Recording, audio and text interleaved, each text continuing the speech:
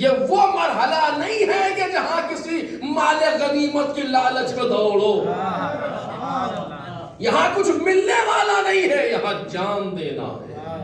ہاں اس کے بعد جو ملے گا وہ طے ہے، لیکن دنیا میں جان دینا ہے. اور جب اس مرحلے کو لے کر کے حسین بن علی جانتے تھے کتنے ہمارے ساتھ آئیں گے، کہوں ہمیں بھیڑ نہیں جمع کرنا، ہمیں وہ چاہیے جن کے اندر کربلا کی کوالٹی موجود ہو.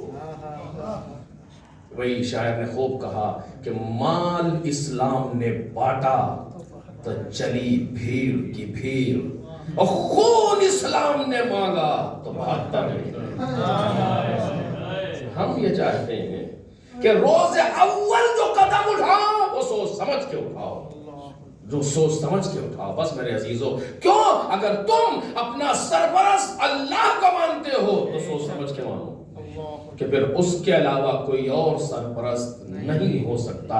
اگر اس سوچ کو، اس سمجھ کو لے کر کے آگے بڑھنا چاہتے ہو تو آگے بڑھو، ورنہ نہ اگر ایسا نہیں ہوا تو نہ رسول اللہ قبول کرنے والے ہیں، نہ امام حسین سلام اللہ علیہ قبول کرنے والے ہیں.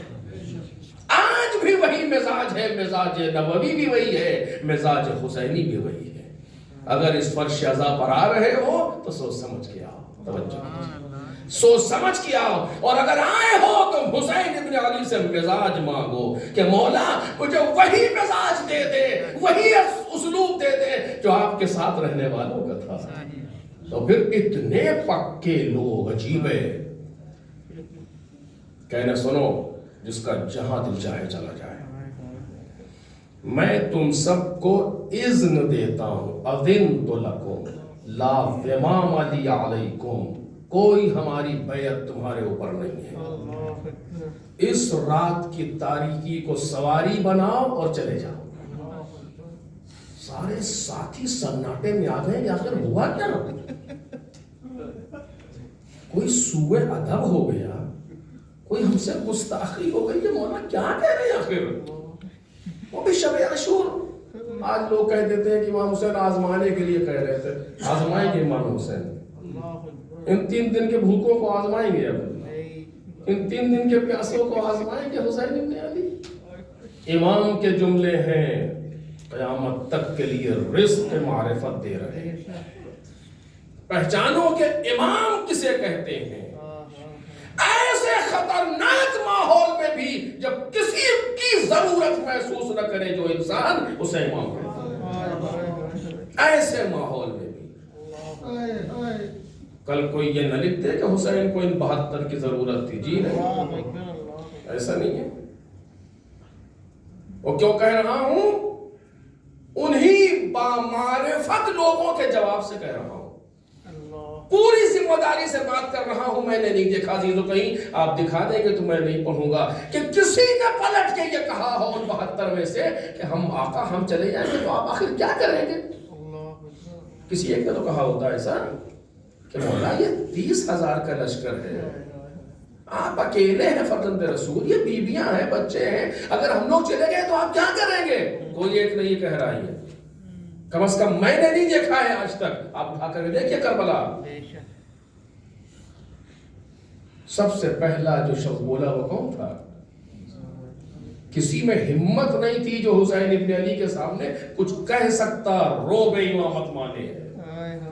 سب سے پہلے جو انسان اٹھائے کون؟ ام البنین کی گود کا بالا سرکار ابو الفضل العباس. آواز دی فرزند رسول لما نفعل ذالک، یہ کام ہم کیوں کریں؟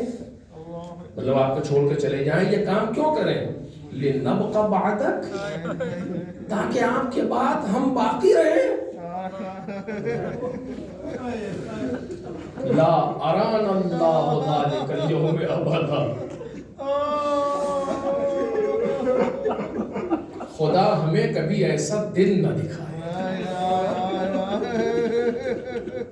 خدا ہمیں کبھی ایسا دن نہ دکھائے.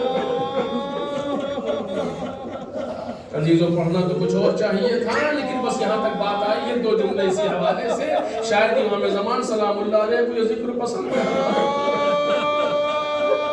آج جمعے کا دن تھا، امام کا ایک شخص نے خواب میں دیکھا کہ امام زمان سلام اللہ علیہ بیٹھے ہوئے ہیں، ان کے سامنے خطوں کا ڈھیر لگا ہے، اٹھاتے جاتے ہیں، پڑھتے جاتے ہیں، کسی پہ کچھ لکھتے ہیں، کسی پر رکھ دیتے ہیں۔ اس نے پوچھا مولا یہ کیا ہے؟ کہ یہ ہمارے چاہنے والوں کی حاجتیں ہیں، یہ ان کے عریضے ہیں جو انہوں نے ہمارے لیے لکھے ہیں، ان کی حاجتیں ہیں جو فرشتے ہمارے سامنے پیش کرتے ہیں۔ وہ کون سا خط تھا؟